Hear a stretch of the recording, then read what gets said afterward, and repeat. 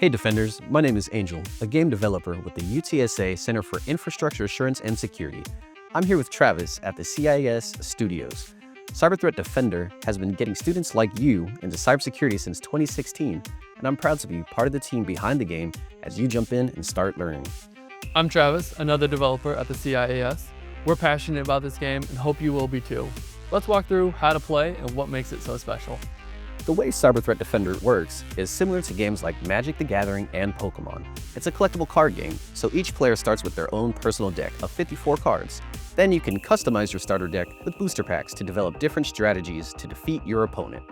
The main objective of Cyber Threat Defender is, of course, to win. You gain points by building up your computer network and protecting it from attacks, things real-life cybersecurity professionals do every day. There are 4 types of cards. You gain points for each blue asset card in play. The more asset cards you have, the more points you gain. Throughout the game, you can protect your assets with green defense cards. Additionally, you can attack your opponent using red attack cards, which causes them to lose points. Finally, you may occasionally play yellow event cards.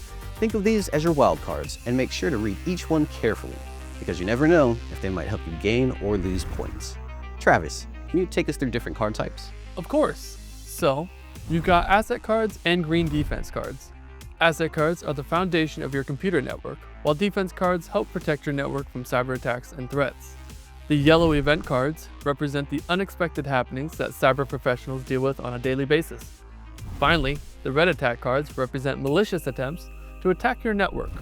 Remember, the objective of the game is to earn the most points first, so targeting an opponent's network with these attacks will slow their efforts and help you by causing them to lose points or cards.